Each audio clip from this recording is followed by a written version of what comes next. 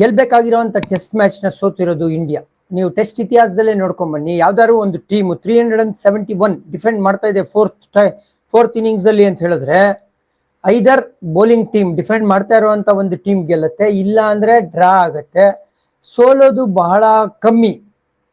Test ನ ಇತಿಹಾಸನೇ ನೋಡ್ಬಿಡೋಣ. England records, ಇದು ಅವರ second highest ever chase test ಅಲ್ಲಿ. ಫಸ್ಟ್ ಹೈಯೆಸ್ಟ್ ಎವರ್ ಕೂಡ ಇಂಡಿಯಾ ವಿರುದ್ಧನೇ ಬಂದಿರೋದು 2022 ನಿಮ್ಗೆ ಜ್ಞಾಪಕ ಇದ್ರೆ 2021 ಸೀರೀಸ್ ಕೋವಿಡ್ ಇಂದ ರದ್ದಾಗತ್ತೆ, ಒಂದು ಟೆಸ್ಟ್ ಮ್ಯಾಚ್ ಉಳಿಯುತ್ತೆ. ಆ ಟೆಸ್ಟ್ ಮ್ಯಾಚ್ ಅಲ್ಲಿ ಜಾನಿ ಬೆರ್ಸ್ಟೋ ಮತ್ತೊಮ್ಮೆ ಅಲ್ಲಿ ಜೋ ರೂಟ್ ಆಡಿ ಇಂಗ್ಲೆಂಡ್ಗೆ ಆ ಒಂದು ರೆಕಾರ್ಡ್ ಚೇಸ್ 378 ಮಾಡ್ತಾರೆ.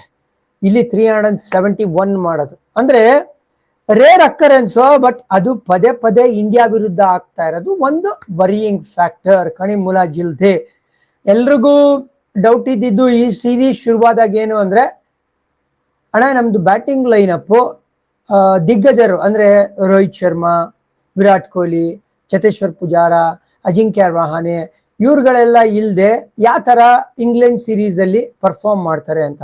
ಬಟ್ ಒಂದು ಬಿಗ್ಗೆಸ್ಟ್ ಪಾಸಿಟಿವ್ ಏನು ಅಂದ್ರೆ, ಇಂಡಿಯನ್ ಯಂಗ್ಸ್ಟರ್ಸ್ ಆ ಇಂಗ್ಲಿಷ್ ಕಂಡೀಷನ್ಸ್ಗೆ ಒಪ್ಕೊಂಡಿದ್ದ. ಹೌದು, ಸುಮಾರು ಜನ ಹೇಳ್ಬೋದ್ರು ಸರ್ ಇದು ಟಿಪಿಕಲ್ ಇಂಗ್ಲಿಷ್ ಪಿಚ್ ಇರ್ಲಿಲ್ಲ ಸರ್, ಸ್ವಲ್ಪ ಆಲ್ಮೋಸ್ಟ್ ಸಬ್ ಕಾಂಟಿನೆಂಟ್ ತರ ಇತ್ತು, ಸಿಮ್ಮು ಸ್ವಿಂಗು ಅಷ್ಟೆಲ್ಲ ಇರ್ಲಿಲ್ಲ ಸರ್ ಅಂತ. ಬಟ್ ಸ್ಟಿಲ್ ಇಂಗ್ಲೆಂಡ್ ಕಂಡೀಷನ್ಸ್ ಏನೇ, ಆ ಕಂಡೀಷನ್ಸ್ ಅಲ್ಲಿ ನಮ್ಮ ಯಂಗ್ಸ್ಟರ್ಗಳು ಒಳ್ಳೆ ಅಕೌಂಟೇ ಕೊಟ್ಟಿದ್ದಾರೆ, ನೋ ಡೌಟ್. 500 ಬಂತು ಫಸ್ಟ್ ಟೆಸ್ಟ್ ಮ್ಯಾಚ್ ಅಲ್ಲೇ, but still we are on the losing side.